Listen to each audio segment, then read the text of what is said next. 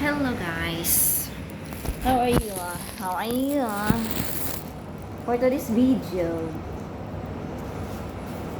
hagpat tagpuan sa luyo. Takan kami sa luyo.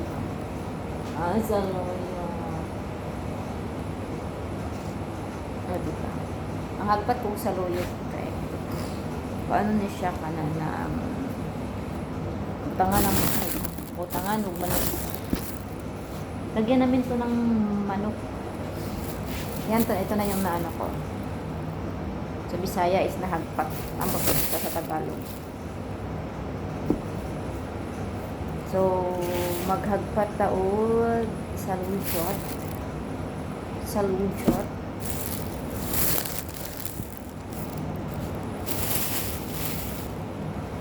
So, ito yung sa lujot natin. Nagamitan ko ng gunting guys kasi makamancha sa kamot sa kuko ba. Kaya magpuntan-aon nyo, magluto ka niya. Imuhang kamot, bolingit. Diba? So, lami ni siya. Ako na naman ni siyang i-blender. Tapos kuhaan ko og manok ka ng maglata og manok. Ang sabaw sa manok mo kung ibutang ani siya. Tapos human ako blender. I-blender na ako ni siya.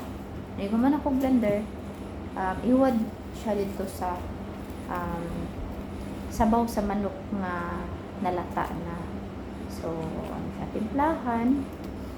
Dayon, ang manok po dayon nga katong nilataan nga manok isa ko rabrakan siya dito. So, muna na ilahang sundan. So, diba, naisaluyot din sa Middle East. Hilig silag inaani guys, ang ngalan ani diri is Molokhia. So, this is Molokhia. So, ganan kay sila sa kung luto ang Molokhia. Pag magluto ka ang Molokhia, paborito kayo nila, pati na sa mga bata. Nahan kay sila. So, I'm so happy na pud karon nga satisfied sila sa akong mga nilutuan. Night time na kuan, pero mas more good ang mahurot na nila ang akong niluto. Diba? So, proud na pud ko sa akong sarili kay nakuha ra gyud na ako ang ilahang mga kuan, ilahang mga nilutuan. Diri man gud hindi sila gumagamit ng mga seasoning like magic sarap, yung mga ganyan, yung mga cubes, hindi sila gumagamit. So, nasa diskarte mo talaga kung paano mo palalasahin yung niluluto mo. Gamit lang yung nila, yung mga ingredients nila like kurkum, kamon, or coriander, yung mga ganon, yung mga cumin powder, yung kurkum, or sa ano ba yung English sa kurkum? Yung dulaw, yun lang talaga yung tapos may mga sila kari-kari, yung mga ganon. Yung mga powder nila dito, yun lang talaga yung magpapalasa sa kanilang mga pagkain. Hindi sila dito sa mga chicken cubes, mga broth cubes, mga beef cubes. Ayaw nila niyan.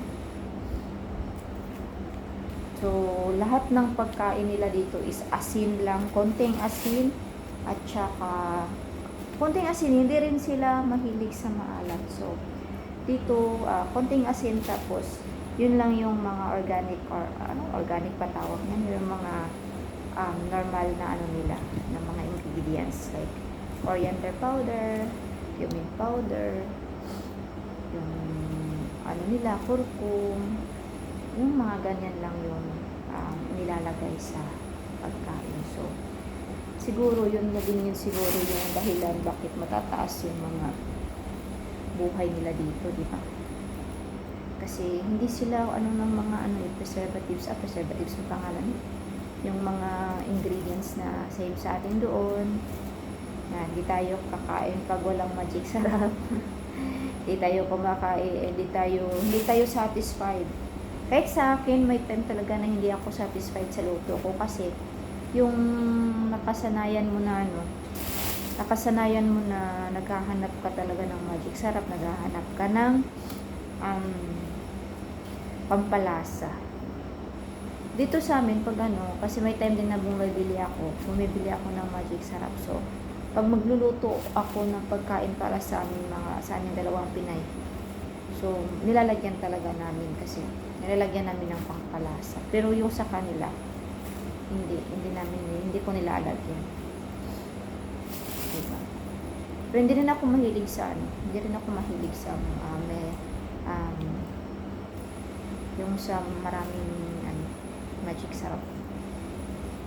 So, yan lang. Ito yung buhay ko ngayon. Ngayon is Saturday, so wala akong luto. Busy ako kahapon. So, pag Friday dito busy, pag Saturday wala hindi magpapaluto si Lola. So, baka alis sila mamayang hapon or gabi. Kasi naka-fasting din si Lola ngayon. So, mamayang gabi aalis yan. Doon yan kakain sa labas. So, ito na lang yung gagawin ko. Kasi kahapon, tapos na akong maglinis doon sa loob. Kagabi pala, before akong magpahinga. So, naglinis muna ako ng salas. So, ngayon, ito yung gagawin ko. Ito yung pagkakabisihan ko. Kasi marami-rami ito eh. Ang sarap kaya nito. Ang sarap nito pag sa sabaw ng manok. Kahit naman dun sa atin, di ba, ang sarap ng saluyot pag pag yung namimiss ko yung may mais, may butig, or lupia, bisol, o ganun. Namimiss ko yung ganun na mga pagkain sa atin. Tapos, may labong, di ba? Saluyot with labong, with, ano pangalan nito? With mais na anagon. O, di ba? Yung anagon, sino nakakilala ng anagon dyan? O, nakakamiss. Hindi ako nakakatikim nung umuwi ako ng Pinas kasi nung umuwi kami sa amin, wala ako sa mood. Umuwi ako sa kasi may sakit ako. So, nasa lang ako, walang ganang kumain. Ang daming pagkain ng pag-uwi ko kasi nung pag-uwi ko is nag-prepare yung parents yung biyanan ko ng mga pagkain, may manok na nilaga, yung tinibuok. Pero alam mo yung yung kinain ko sabaw lang kasi wala talagang gana yung ko. Tapos may lechon, may mga wala talagang lasa yung pang ko noon pag-uwi ko. So, parang hindi ko na-enjoy yung first 2 weeks ng bakasyon ko sa Pinas. Kasi anong pangalan ito? Nagkasakit ako. So, ayun, naging okay din naman. Nung naging okay na ako, yung kinakain ko talaga is yung prutas. Pero, natatawa ko sa prutas na kinakain ko doon. Kasi, yung kinakain kong prutas, yung kahit is lansones. Yun yung palagi kong hinahanap. O, diba? Parang buntis lang.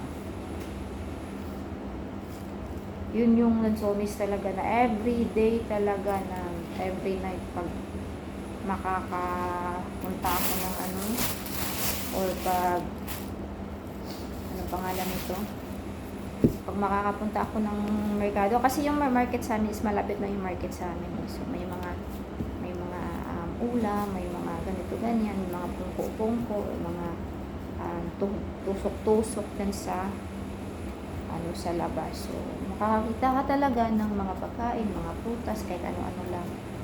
Pero yung hinahanap ko talaga is yung lansones. So, diba? Hanggang natapos yung bakasyon ko 2 buwan, lansones lang kinakain ko everyday.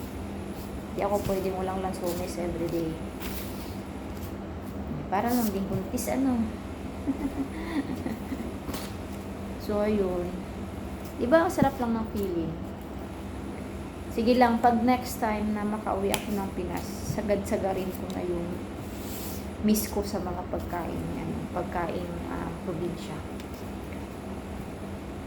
Kasi sa amin kasi, hindi kami, minsanan lang kaming nagluluto kasi bumibili na lang kami ng luto sa labas. So, iba talaga yung nasa sa probinsya ka. Kasi kung ano yung nasa anong pangalan nito? Kung nasa tugkaran o nasa paligid, yun na yung anuhin mo. Kakita ka ng saluyot, makakita ka ng talong doon nasa garden, o diba? So, ito lang guys, ito yung trabaho ko ngayon.